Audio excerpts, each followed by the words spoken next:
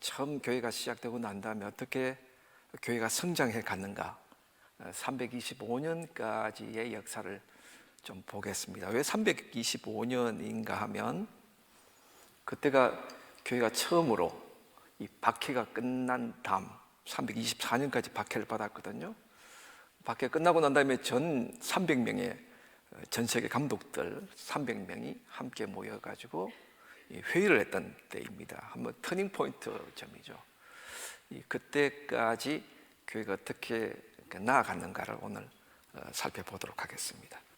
오늘 이 강의는 복음이 전거될 때 어떤 종교적인 상황 속에서 복음이 전거됐는가를 먼저 이야기를 하고, 또 복음이 어느 지역으로 어떻게 확장되어 갔는가를 다음으로 이제 제가 말씀을 드리고, 그 다음에 그렇게 복음이 전해져서 교회가 어느 정도 성장을 하고 그 요인은 무엇인가를 제가 함께 여러분과 살펴보겠습니다.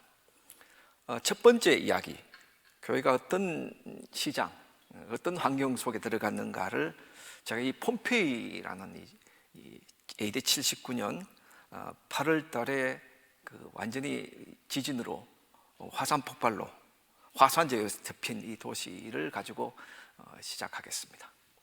이 폼페이는 여러분들이 많이 요즘도 이렇게 뉴스에 가끔 등장하고 많이 사실 유튜브에도 엄청 수천 개의 동영상이 올라가 있는 그런 유명한 곳입니다. 인구가 한 8,000명 정도 혹은 15,000명 정도 살았다고 합니다. 지금은 내륙 도시지만 이 79년에는 배가 강을 거슬러 올라가서 이렇게 들어가서 항구 도시였었습니다. 그런데 이제 10km 밖에 있는 그 베수비오 화산이 터졌거든요. 오전 10시에 터졌습니다. 18시간 만에 화산재가 거의 한 5m, 6m 이렇게 완전히 도시를 덮었습니다. 그 속에서 발굴되어서 이제 꺼내놓은 시신은 한 2,000구 정도. 그럼 인구 8,000명 잡으면 6,000명 어디 갔을까요? 아마 지진이 일어나고 또 화산재가 날아오니까 피했지 않았을까, 그렇게 봅니다. 여기에서 제가 같이 보고 싶은 것은 이 폼페이에 남겨진 신전, 종교들입니다. 이 도시의 그 수호신은 주피터, 최고 왕신이죠. 그 다음에 또 이 아폴로 태양신과 비너스, 이 두 신이 바로 이 도시를 수호하는 신들이었습니다. 그 외에도 많은 신들이 있었는데요, 주피터는 우리가 하나님 믿듯이 하나님 역할을 하는 대장신이었습니다. 이 도시에 보면 이렇게 신전이 9개가 있는데요, 작은 신전 빼고도요. 거기에 보면 황제를 모신 신전이 있습니다. 베스파시안 황제 신전도 있고요. 또 황제 신을 모신 행운의 여신 신전도 있고요. 다음에 또 하나의 신은 전통 신들이죠. 제우스를 비롯했던 여러 이제 그리스 로마의 전통 신들을 섬기고 있고요. 수입한 신들도 있습니다. 이시스 신전, 이건 이집트에서 온 신들이죠. 이 도시 이제 약도거든요. 몇 미터 정도 될까요? 옆으로는 800m입니다. 800m 이렇게 1200m 되고 굉장히 작은 도시였는데 여기 8,000명이 살았는데, 여러분 이 우리 학교 정도 되는 이런 도시에서 신전이 9개가 있다, 상상이 됩니까? 너무 많죠. 우리 교회 하나잖아요.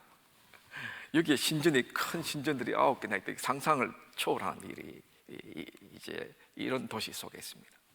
하나 보면 이제 아폴로 신전입니다. 제일 많이 이제 유명한 신전인데요, 대개 이 신전들은 이 사람 키보다 높은 한 2m 정도 토대를 먼저 깔고 그 위에 기둥을 세웁니다.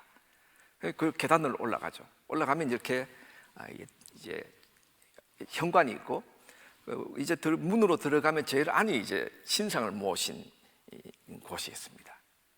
거기서 이제 신에게 절을 하고 또 여러 가지 많은 종교적인 행사를 하죠. 그러나 짐승 제사를 드리는 곳은 항상 보시다시피 앞에 잠깐 보여줘 보면 돌로 이렇게 쌓아놓은 그 이제 제단에서 이렇게 짐승 바베큐를 하고 짐승 제사를 드립니다. 물론 하고 난 다음에 그 고기를 함께 식당에서 함께 나누어 먹죠.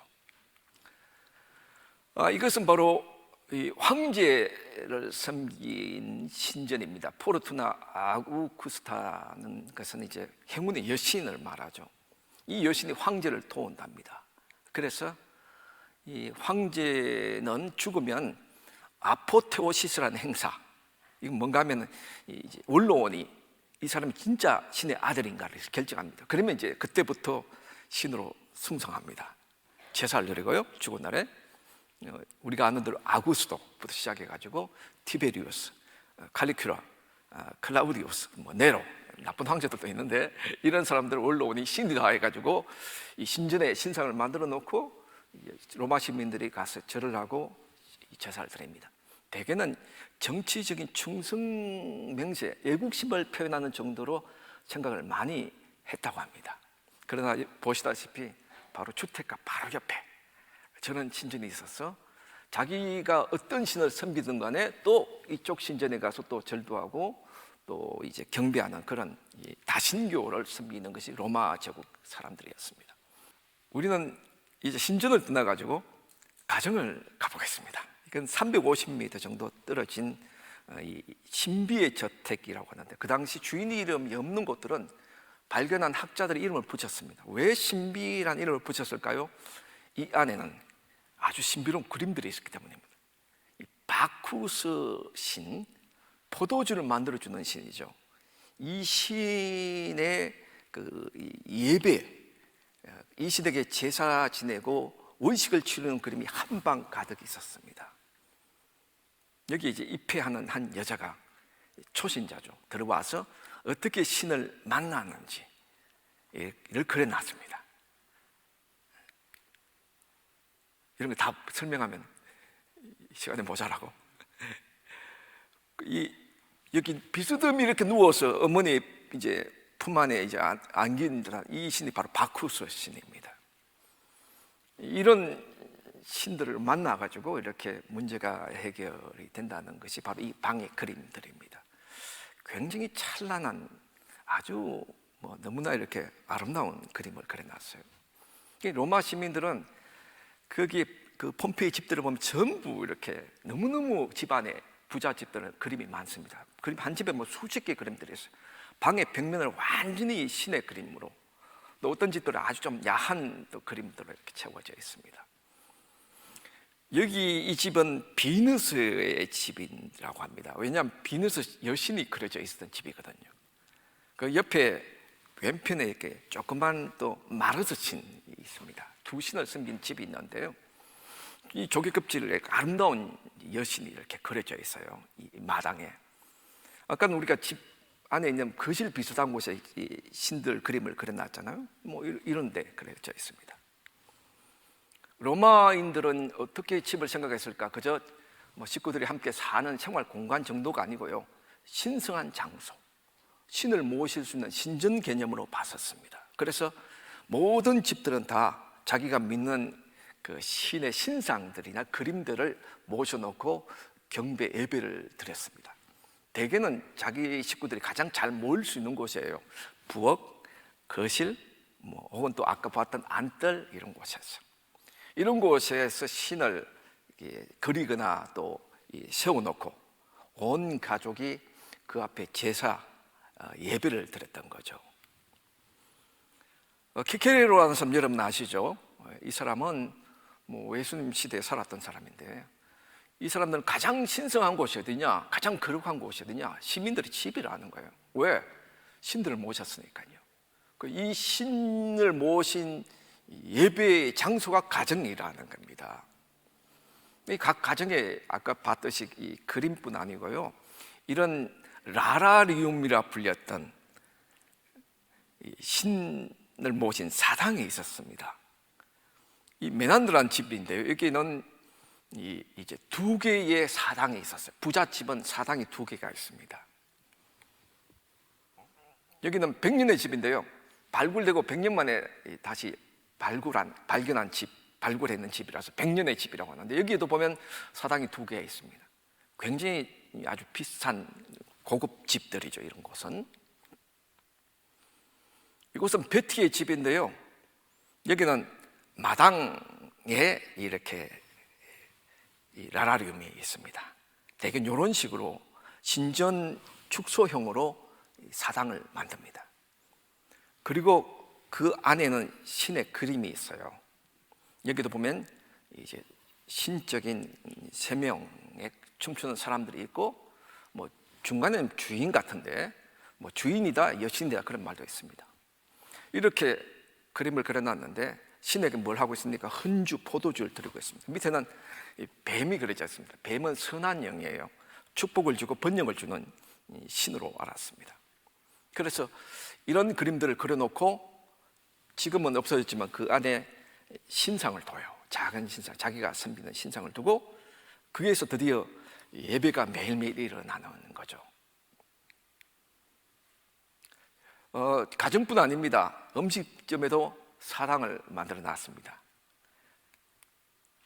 여기는 축융장이라고 염색하는 세탁소 역할도 하고 있는 가죽 세공하는 곳입니다. 물이 많이 필요했겠죠. 그래서 저런 물탱크가 몇 개나 있는 집입니다. 그런 집의 지붕에 보면 사당을 아주 아름답게 이렇게 만들어 놨습니다.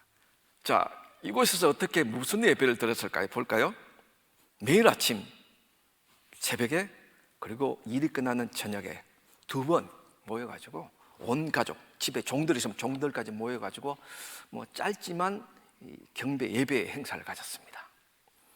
아침이면 이렇게 깨끗한 흰옷을 입고 머리를 약간 이렇게 겉옷을 덮어 쓰고요, 손을 씻고 난 다음에 드디어 손을 들고 예배를 시작합니다. 이렇게 먼저 우리가 회개하듯이 회개해요. 순결하게 해주십시오.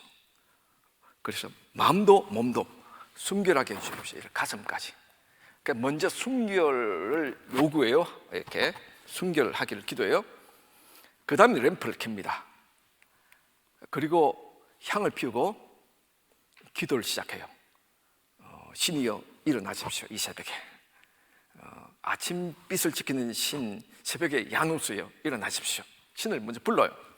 그리고 소금빵, 이 소금빵 요즘 유행하는 소금빵이 오래됐습니다. 소금빵을 드리고요, 우리에게 은혜를 베풀어 달라고 합니다. 또 감람류를 그 신의 이제 신상에 붓습니다. 기쁨, 행운을 달라고 기도합니다. 그리고 감람류를 또 바른 빵을 또 드려요. 그 다음 또 포도주도 또 신 위에 붓습니다. 이렇게 빵도 드리고 포도주도 드리고 감람류도 드리고 분향은 3번을 합니다. 이렇게 아침 기도를 해요. 그걸 드릴 때마다 가족의 건강, 사업이 잘 되는 번영의 축복, 물질의 축복 달라고 기도합니다. 모든 것들을 복주시라고 기도해요. 그리고 마지막에는 또 제단 앞에 절을 하고 이제는 끝났다고 하면 식구들이 다 이렇게 자기 방으로 가든지 뭐 일하러 가든지 그럽니다. 이걸 아침에 매일 했습니다. 그리고 저녁에 돌아오면 똑같이 해요. 그리고 이 밤에 우리를 지켜주십시오. 꿈 꿀 때 신이 나타나서 좋은 일들을 보게 해주십시오. 이렇게 기도를 하고 또 하루를 마칩니다. 여러분, 이게 로마 시민들의 종교입니다. 제가 다 보여주지 못했지만 도시 전체가 신들로 가득 차 있습니다. 거기에 물을 이렇게 수로로 끌고 와서 물탱크 이 건물에 저장을 하고 그 다음에 물을 뿌려주죠. 수도관으로. 그러면 모든 42개나 되는 그 우물들의 입에 보면 항상 신들의 입에서 물이 나오도록 만들어놨습니다. 그 전체 도시를 다니면 완전히 신들로 뒤덮여 있는 곳이었어요. 가정에 가면 신들이 있죠. 또 뭐 빵 사러 가면 빵 공장에, 또 뭐 세탁소에 가면 있죠.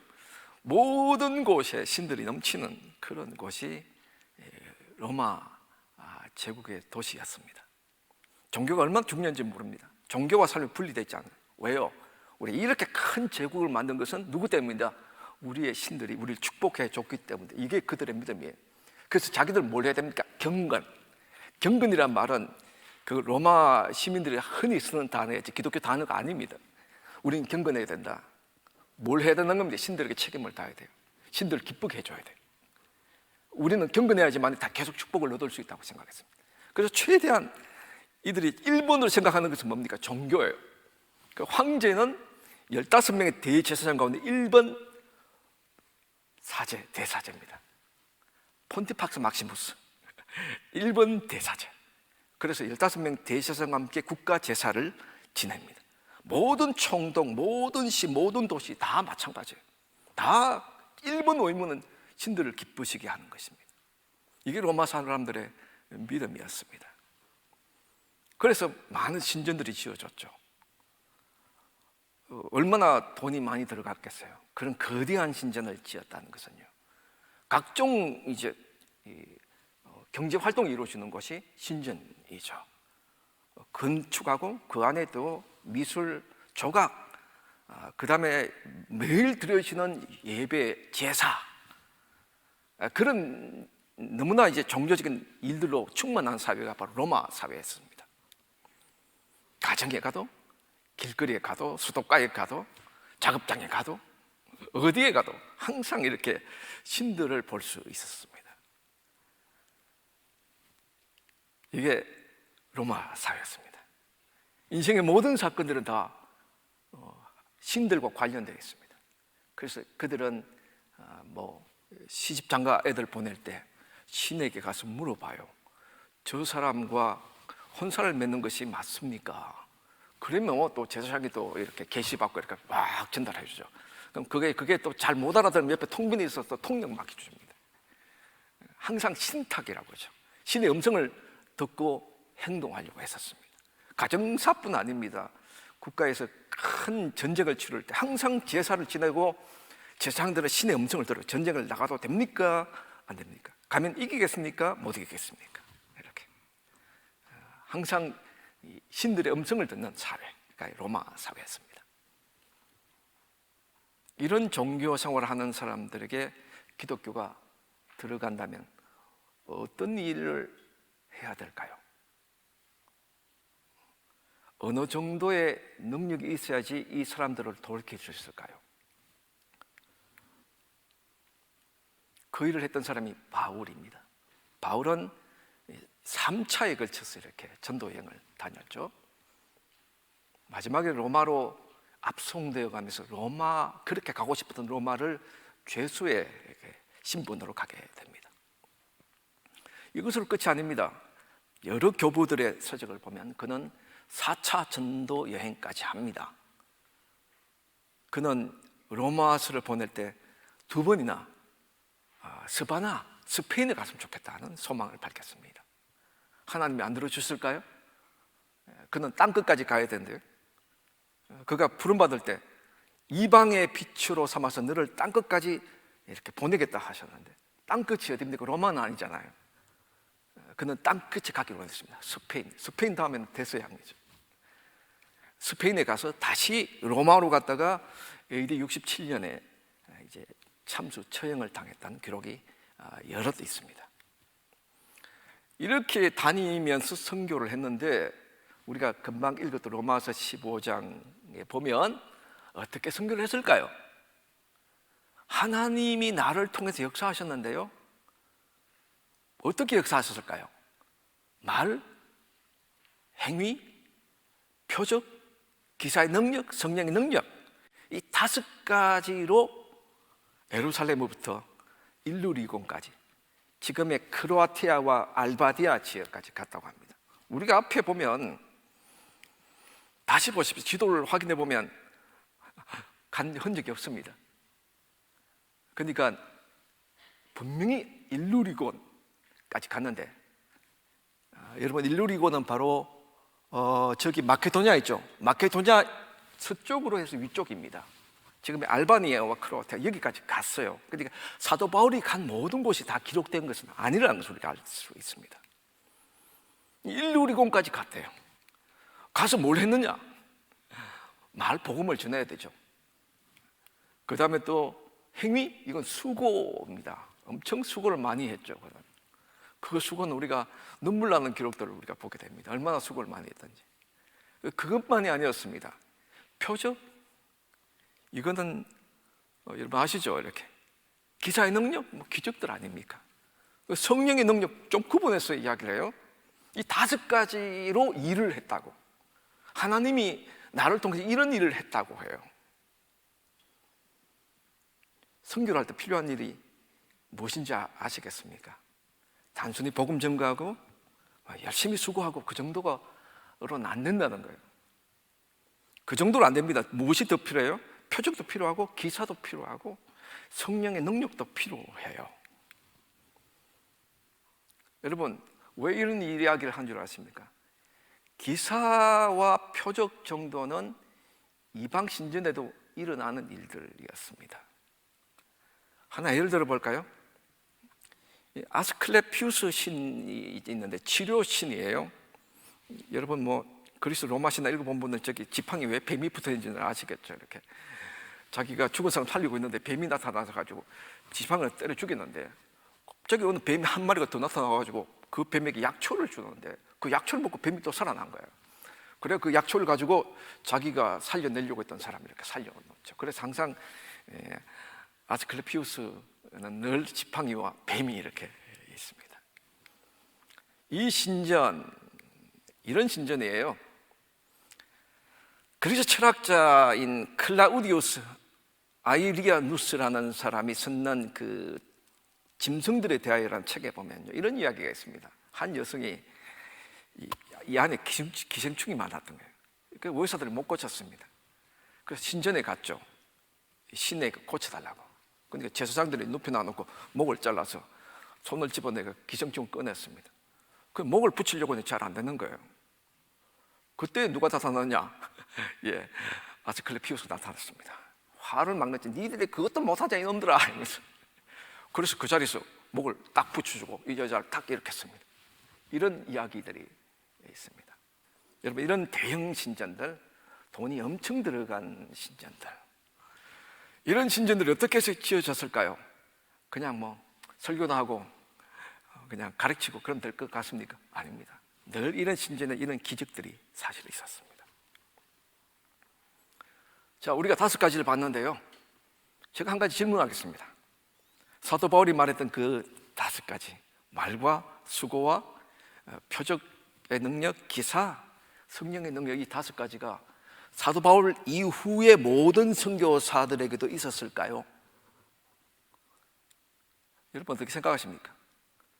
지금 여러분이 선교사를 파송하고 또 선교를 돕고 있어요. 그들에게 무슨 일이 벌어지면 좋겠다고 생각하세요? 혹시 그 목록 가운데 기사, 표적이 있습니까? 기적이 있어요? 어느 선교사를 통해서, 우리 박 선교사를 통해 가지고 기적이 있었으면 좋겠다고 기도합니까? 성령의 능력요? 여러분 어떻게 생각하세요? 대부분 여러분들은 별로 동의 안 하실 것 같아요. 동의하시지만 구하진 않을 것 같아요. 왠줄 아십니까? 종교개혁자 루터나 켈빈, 그리고 그의 후배 사역자들이 어디에 빠져 있었느냐? 기적 중단론에 빠져 있었습니다. 무슨 이야기냐? 종교개혁을 하고 난 다음에 새로운 구원관이 나왔잖아요. 믿음으로 구원 얻는다, 행위가 필요 없다. 그렇게 해서 새로운 구원관, 새로운 교회론이 나왔습니다. 그때 로마 캐톨릭에서 니들이 새로운 이론을 내놨는데 그것이 진리라면 증거를 내놔라. 무슨 증거? 기적을 행해봐. 행했습니까? 못 행했어요. 이들이 다 어떤 사람들입니까? 학교의 교수였고 공부한 사람들이에요. 저희같이 공부한 사람들이 기도를 많이 합니까? 안 하죠. 늘 저희들이 설립자님한테 꾸정을 듣지 않습니까? 기도 좀 하라고. 이 사람들이요, 루트는 평생을 대학 교수를 살았고요, 이 켈빈도 법학 석사까지 갔죠. 석사하면 바로 1년만 지나면 바로 그냥 박사예요. 그냥 박사급이에요.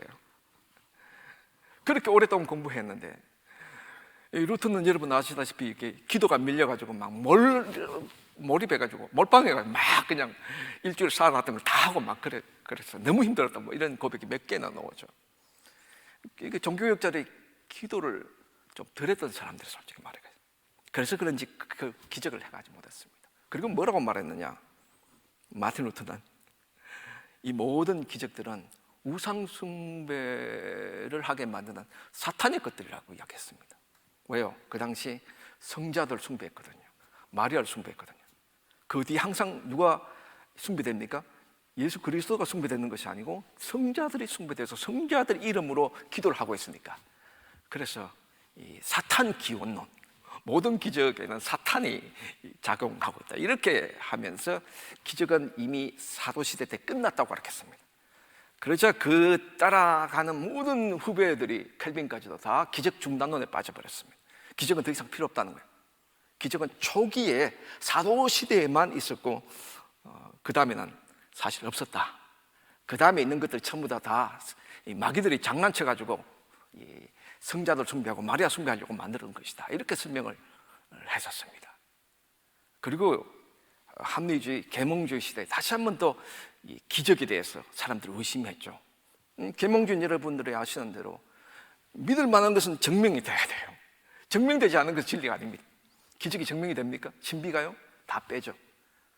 계몽주의적인 교육을 여러분들은 받아왔습니다. 우리 모두가 다 신비를 안 보고 기적을 안 믿어요. 거기다가 조금 더 지나가지고 합리주의 시대 가면 드디어 이제 자유주의 신학자들이 나와가지고 또 한 번 폭탄을 터뜨려 버리죠. 기적은 믿을 수 없다. 그렇게 우리가 이렇게 살아왔고, 켈빈주의는 18세기 말 19세기 20세기 계속해서 은사중지론에 빠져 있었습니다. 사도행전적인 그런 기적들은 다 예수님 시대, 사도들 시대에 끝났다. 그래서 기적 중단론이 은사중지론까지 가버려요.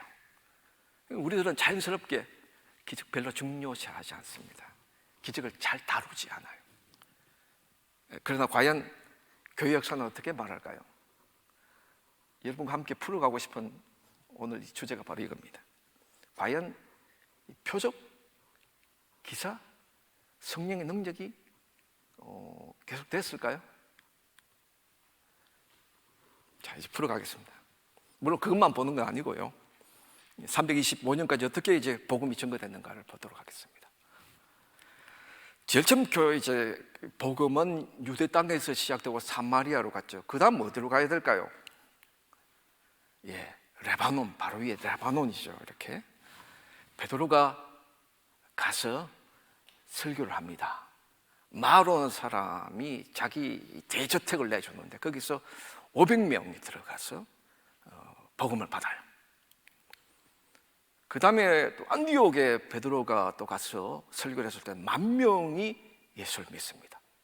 베드로가 여전히 레바논 안디옥까지 가서 설교하고 많은 사람들을 예수 믿게 만들었던 거죠. 그리고 이 테오필루스라는 사람도 이 큰 저택을 내줬는데 이걸 나중에 이제 교회로 만들게 됩니다. 이 사람은 감독이 돼요. 그 다음에 또 어디로 가느냐? 복음이 시리아로 이렇게 올라갑니다. 여러분 중간에 조금 헷갈리죠? 대충 이 주중에 중심을 보시면 되겠습니다. 자, 레바논, 시리아 갔죠. 그 다음엔 어디로 올라가야 될까요? 조금 더 올라가서 이렇게 초승달 지역이라고 하는 페르시아 쪽 가는 그 중간 빨간색의 요 나라가 오스로에네 왕국이었습니다. 여기 압갈 5세라는 사람이 한센병, 그러니까 나병이 걸렸어요. 예수님의 소문을 들었습니다. 예수님이 나병을 고친다는 사실을. 그래서 부하를 보냈습니다. 예수님이 그 부하를 만나가지고 내가 좀 갈 수가 없다. 그러나 내가 나중에 제자를 보내겠다 하면서 이렇게 편지를 받아 쓰게 했습니다.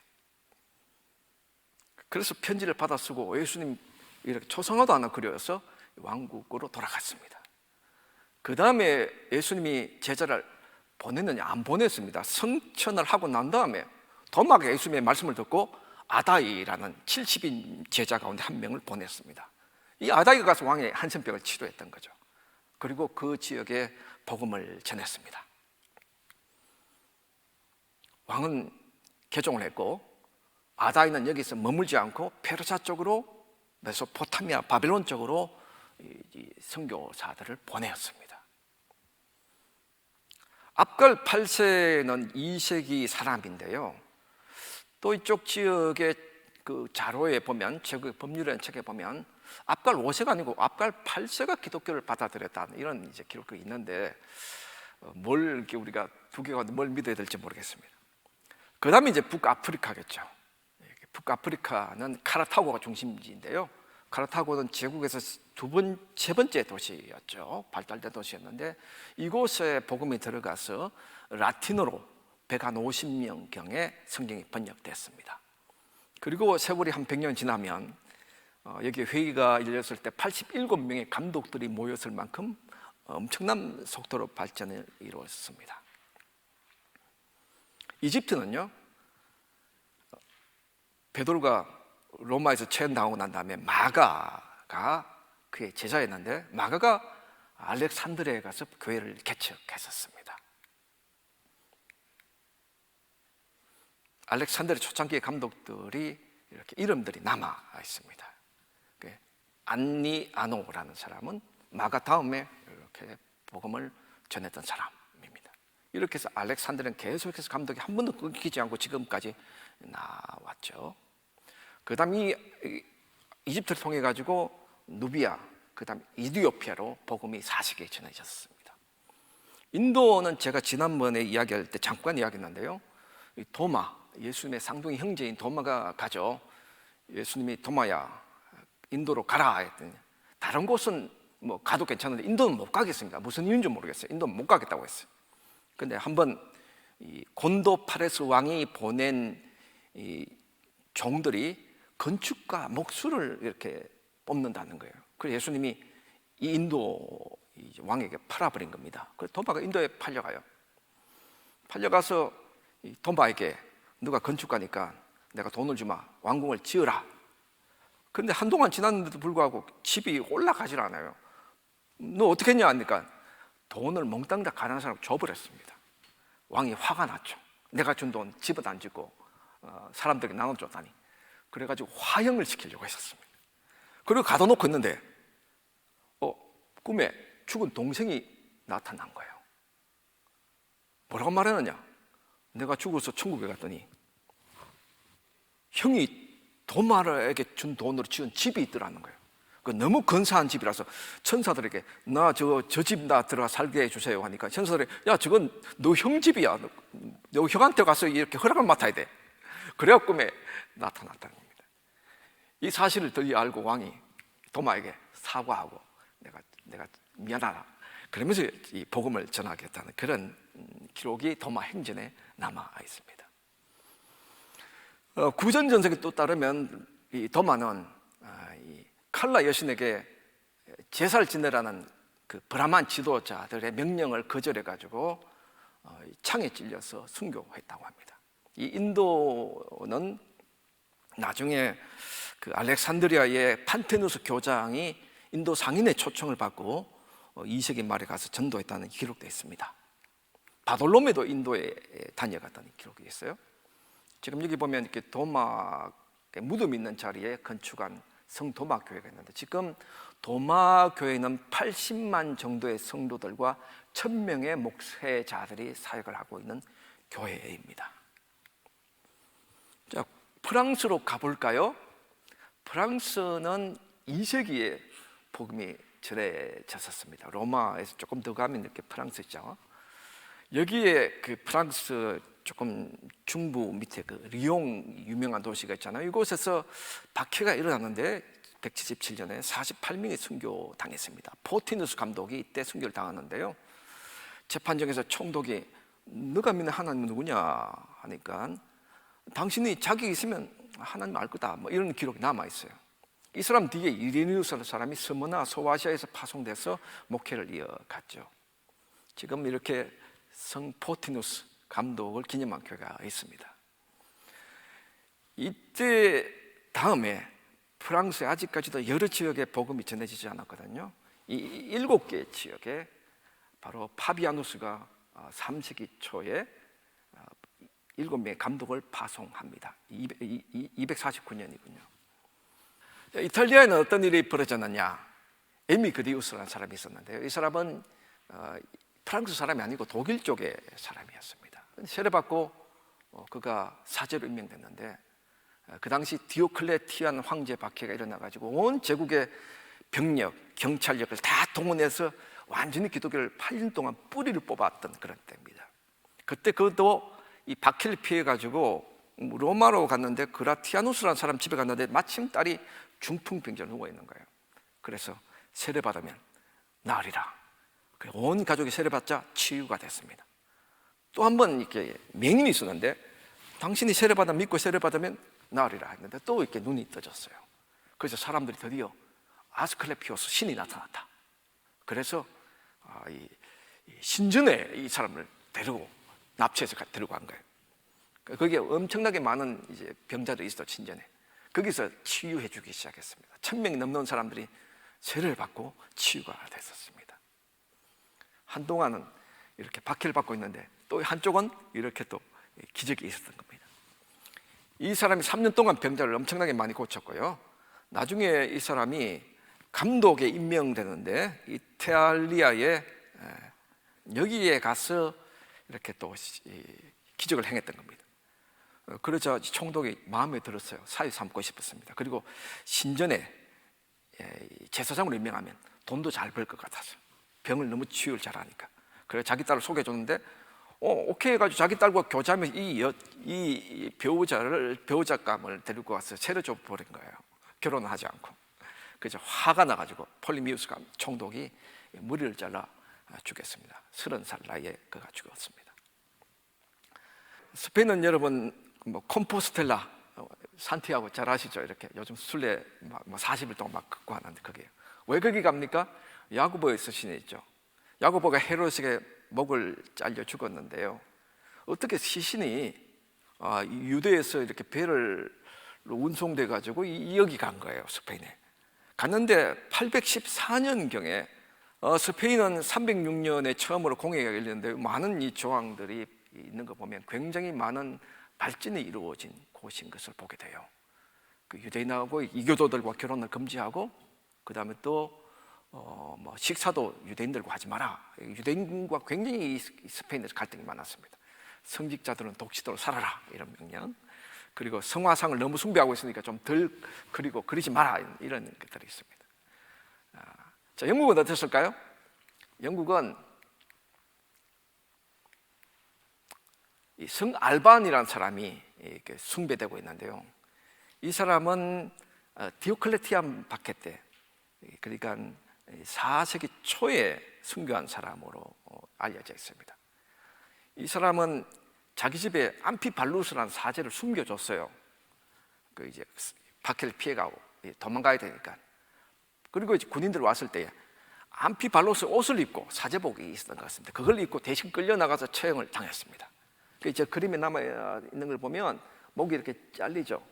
잘리는데 목 자르는 군인의 눈이 이렇게 툭 튀어나와요. 그 순교 현장에 어떤 일이 일어지냐? 목을 자르는 동시에 그 목 자르는 망나니의 눈이 이렇게 떨어져 버린 거죠. 그걸 보고 총독이 깜짝 놀라서 이제 박해를 중단시켰다는 그런 전설이 있습니다. 또 하나 이제 우리가 봐야 될 곳은 이제 아르메니아 왕국입니다. 이거 최초의 기독교 왕국이라고도 학자들이 이야기하는데요. 301년에 완전히 전 국민들이 섬기는 종교가 기독교가 됩니다. 여기에 복음을 전했던 사람은 그레고리 조명자였는데요. 타르타트 왕이 처음부터 오케이 한 게 아니었습니다. 복음을 전하러 갔는데 방해를 하다가 말을 듣지 않자, 이교신을 섬기지 않자, 한 13m 되는 그 깊은 굴에다가 집어넣어 버린 겁니다. 거기에 굴에 들어가서 높이가 꽤 높아요. 이렇게 지금들이 한참 들어가야 되는데 그 굴에 집어넣고 이 굴에 13년 동안 이렇게 굴에 가둬놨던 겁니다. 어떤 여인이 늘 이렇게 밥을 몰래 갖다 줘서 그거 먹고 살았다고 합니다. 그런데 이 타르타트 왕이 한 번은 정신병에 걸렸습니다. 사냥을 나갔다가 그 자기가 멧돼지라는 거예요. 그래서 멧돼지 흉내를 내면서 이렇게 막 누구 똑같은 정신병입니까? 야수병 느부갓네살이죠. 느부갓네살 7년 동안 그렇게 나는 늑대다 하고 막 다니는데 이렇게 그런 사람이 있어. 난 늑대다, 나는 이렇게 정신병하고 요즘은 다 가두고 나와서 모르는데 풀어놓으면 그런 사람들 많고 나는 늑대다, 나는 여우다 이러면 다니면서 풀 막 먹고 합니다. 이렇게 타르타트 왕도 나는 멧돼지다 하면서 막 다니면서 풀을 막 먹고 다녔어요. 이렇게 헤매면서 이걸 고쳐줍니다. 자기 여동생에게 계시가 왔어요. 그리고를 꺼내라. 그가 살아있다. 그를 고치면 너희 오빠가 치료될 것이다. 해가지고 이제 드디어 치료하고 이 아르메니아 이 왕국을 기독교화합니다. 이렇게 해서 복음이 전파되었는데요. 복음이 전파되는 동안은 기독교인들에 대해서 굉장히 비난이 심했습니다. 신들을 파괴하는 우상 파괴자죠. 무신론자, 아테오이라는 말입니다. 어리석고 바보 같은 놈들, 쓰레기들, 아주 변태들, 아주 정오스러운 놈들, 온갖 욕을 다 먹으면서 이렇게 이겨냈는데요. 그러나 결국은 여러 지역에서 복음화가 이루어져가지고 에베소에 있었던 일이 이렇게 비두니아, 본도 지역, 사도 바울이 가려고 했지만 가지 못했던 이런 지역에 보면 완전 신전이 텅텅 비고 제사가 더 이상 지내지지 않았대. 이런 일들이 여러 지역에서 있었습니다. 그래서 저스틴 150년에 지금 로마 사회 가운데 예수 그리스도의 이름으로 하나님께 감사와 기도를 드리지 않는 사람이 있느냐, 어느 곳에서나 예수 믿는 사람들이 있다고 이야기를 하고요. 또 터툴리안 190년 정도에 모든 지역에 그리스도인들이 가득 차 있다고 이야기를 하고 있습니다. 신전밖에는 남은 곳이 없다고 이야기를 해요. 카르타고 인구의 한 10분의 1이 귀족들까지 예수를 믿었습니다. 324년에 유세비우스가 기독교의 진리가 모든 사람, 모든 나라에 알려졌다고 이야기를 해요. 각자들에 따라서 지역적인 어떤 전도의 지역이 다른데요. 이렇게 보면 되겠습니다. 자, 로드니 스타크라는 사람은요, 기독교가 어느 정도 전파가 됐느냐, 300년에는 한 10% 정도, 매 10년마다 한 40% 정도의 성장 속도가 있다. 물론 학자들마다 낮게 보는 사람도 있고 또 높게 보는 사람들도 있습니다. 왜 기독교인들이 그렇게 비난받았는데 교회가 이렇게 컸을까요? 기독교의 시민들은 왜 기독교에 그렇게 매력을 느꼈을까요? 왜 그렇게 순교, 처형당하는 위협 속에서도 예수를 믿게 됐을까요? 전도자들이 있었기 때문이죠. 처음에는 주로 사도, 교사, 선지자들이 전거했지만 나중에는 모든 신자들이 선교사에 걸려가지고 끊임없이 전도하러 다닙니다. 무식한 천한 직공들도, 무식한 사람들도 기독교를 전파하더라. 이것이 안티 기독교인 켈수스가 170년경에 썼던 이야기들입니다. 그리고 어떻게 전도를 하느냐? 시장에서 구걸하는 사람들처럼 종교를 전한다고 했습니다. 이런 방식은 오리겐에 따르면 이 철학자들이, 견유학자, 스토아 철학자들이 공개적인 장소에서 이렇게 자기들의 철학을 이야기하고 관심 있는 사람을 끌고 가서 다시 또 이야기해 주는 방식입니다. 이게 사도행전 17장에 사도 바울이 아덴에서 했던 방식, 철학자들이 하는 방식이었습니다. 설교를 해서 전도를 받고 원하면 개인적으로 만나는 방식이죠. 이렇게 전도를 했었습니다. 나중에 전도는 콘스탄티누 황제가 기독교인이 되고 난 다음에는 위에서 아래로 하향식 전도가 이루어져요. 진짜 전도는 사실 325년까지라고 보면 되겠습니다. 그 다음에는 많은 사람들이 황제가 믿기 때문에 정치적인 이유로 나도 이제 성공하려고, 출세하려고 예수를 많이 믿게 됐습니다. 또 이제 복음을 믿게 된 가장 큰 이유는 예수님이죠.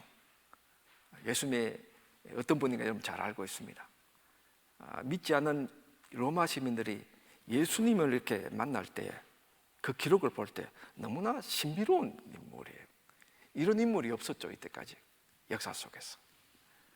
믿는 자에게 구원, 영생을 제공하면서 살아있는 동안에 얼마나 매력적인 삶을 살았습니까? 인간이 당하는 고통에 공감을 하고 긍휼을 베푸시는 예수님, 하나님 아들, 굉장히 호소하게 기뻤습니다. 저스틴은 예수님 말씀이 특별히 이렇게 엄청난 영향을 줬다고도 이야기합니다. 굉장히 매력적인 복음을 전했습니다.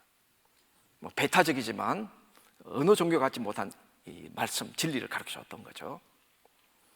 또 하나 이제 원인은 장기간의 박해입니다. 아무리 박해하고 또 박해해도, 사람을 죽여도 기독교인들이 더 증가했다는 겁니다. 그래서 그리스도인의 피는 씨앗이다, 그런 표현을 터툴리안이 하기도 했었습니다. 박해가 왜 빨리 종료되지 않았을까? 우리는 그 이유를 여기서 찾게 됩니다. 박해는 기독교인들을 늘리는 중요한 수단이었습니다. 그 다음에는 사랑의 실천이죠. 끊임없이 자기의 돈을 함께 나누었습니다. 하나 이야기는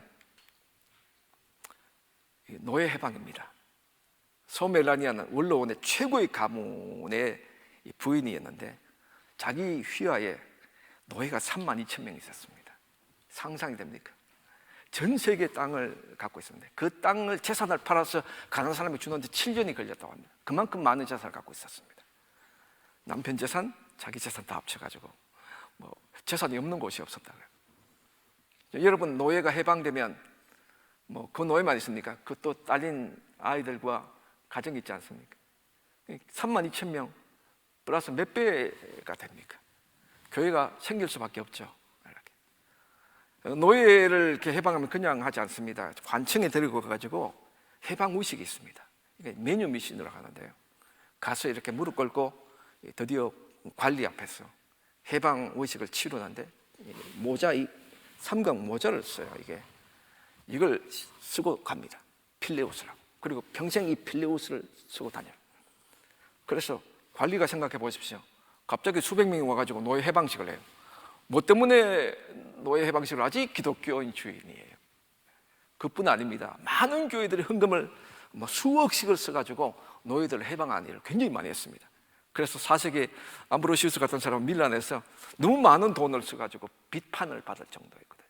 교회마다 기독교인 노예들, 고생한 노예들을 해방시켜주는 일을 많이 했었습니다. 또 하나의 일은 전염병이었습니다. 로마의 인구의 3분의 1을 줄여버리는 대전염병이 2번 있었는데요. 로마에서만 매일 5,000명이 사망했다고 하는데 그때 어떤 일이 벌어졌느냐. 많은 사람들, 돈 있는 사람들 별장으로 도망갔습니다. 그리고 이교수 신전에 가가지고 사제요, 왜 이런 일이 벌어집니까? 신이 살아있다면. 그렇게 대답을 못했어요. 아무 대답 못하고 도망가 버렸어요. 철학자들은 우연이다고 애매한 말만 짓거리고 해답을 못 줬습니다. 기독교인들은 해답을 못 줬죠. 뭘 하느냐? 간호하기 시작했습니다. 그리고 장례를 지내줬어요. 그렇게 간호하다가 자기도 감염돼서 자기도 죽었습니다. 왜 그렇게 용감하게 간호해 줬느냐? 도망가지 않고 부활입니다. 죽으면 부활을 믿었거든요. 그래서 이런 사랑의 실천을 통해 가지고 많은 사람들이 기독교에 대한 관념을 바꾸었습니다. 결정적으로 기독교에 대한 관념을 바꾼 일이 바로 이 전염병 2번 일이었습니다. 제가 3분만 하고 마칠게요. 하나는 기독교인들이 갖고 있었던 덕과 윤리입니다. 철학자들이 굉장히 덕을 추구했지만 기독교인들이 덕을 따르지 못했습니다. 그래서 이 삶의 방식이 달랐어요. 왜 그랬을까? 기독교인들은 완전해져야 된다고 생각을 했기 때문입니다. 구원의 종국적인 목적은 완전한 인간이 되는 것입니다. 하나님을 닮은 사람, 그리스도를 닮은 사람이에요. 이것이 용기와 절제와 정의와 지혜를 강조했던 그리스 철학자들과 다른 종류의 인간이었습니다. 또 하나는 이 보편성입니다. 여러분, 이 당시 계급적이고 인종차별적이에요. 그러니까 한 교회 안에서 같이 성찬을 나누는데 여기는 계급이 없습니다. 성차별도 없어요. 노예도 주인과 함께 성찬을 향하고 같이 먹습니다. 이 보편성력. 이런 것들이 노예들과 여성들, 약자들에게 굉장히 인기가 많아서 호소리 컸던 겁니다. 하나는 책입니다. 기독교는 책의 종교예요. 고대 어느 종교, 우리가 폼페이에서 봤던 그런 종교들 책이 거의 없어요. 그러나 기독교는 책을 읽고 책을 중심으로 운영되는 종교였습니다. 사람들이 매력을 느끼게 됐죠. 말씀을 읽고 듣고 그 기록한 것을 지키는 종교가 기독교입니다. 마지막으로 우리가 기적입니다. 자, 우리가 기적 중단론을 봤습니다.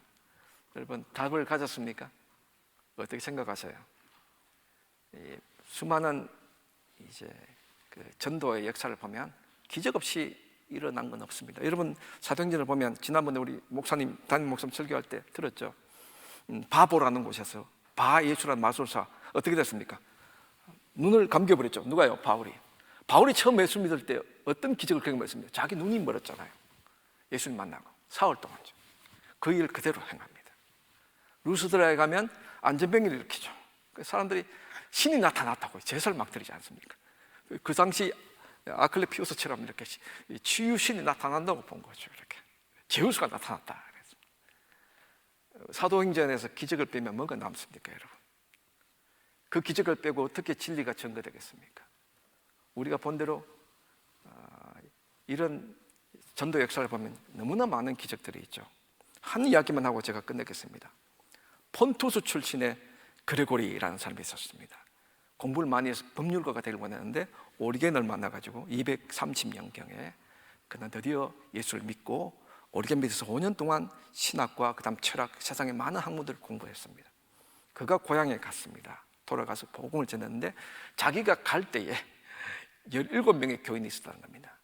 근데 가서 복음을 전하고 기적을 행하기 시작했어요.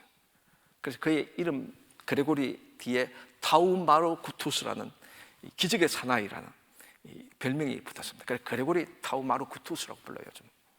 그 사람 어떤 기적을 행했느냐? 한 번은 전도를 하다가 비가 와가지고 밤에 신전에 들어갔는데 신전의 제사장이 기적을 행해보라. 저기 있는 큰 바위로 옮기면 내가 믿을게 했는데 옮겼습니다. 한 번은 또 교회 짓는데 터가 작아요. 산이 뒤에 있었습니다. 산아 뒤로 물러가라 했더니 산이 물러갔습니다. 또 한 번은 두 형제가 유산을 놓고 다투었는데 무슨 유산이냐? 연못이요. 큰 연못이었는데 서로 형과 동생이 서로 가지겠다는 겁니다. 목사님이 상담을 했어요. 화해하고 그냥 양보해라. 말을 안 들어요. 그럼 다음날 그 자리에 와라 해가 두 형제를 불러놔놓고 기도했죠. 물이 말라가 없어져 버렸습니다. 중간에 딱 반나눠서 형 갖고 동생까지 하겠습니다. 이런 기적. 그 다음 전염병이 돌았을 때 엄청나게 많은 사람을 치유했습니다. 그래서 그가 죽을 때 몇 명이 예수를 믿었을까요? 17명이 예수 믿었다고 했죠. 자기가 죽을 때 아직까지 전도가 안 된 사람이 몇 명이야? 이렇게 부목사님에게 물어보니까 17명 남았는데요. 그랬습니다. 이게 바로 본도, 폰투스에서 있었던 일입니다. 여러분, 기적 중단론에 빠져 있겠습니까? 기도하시겠습니다.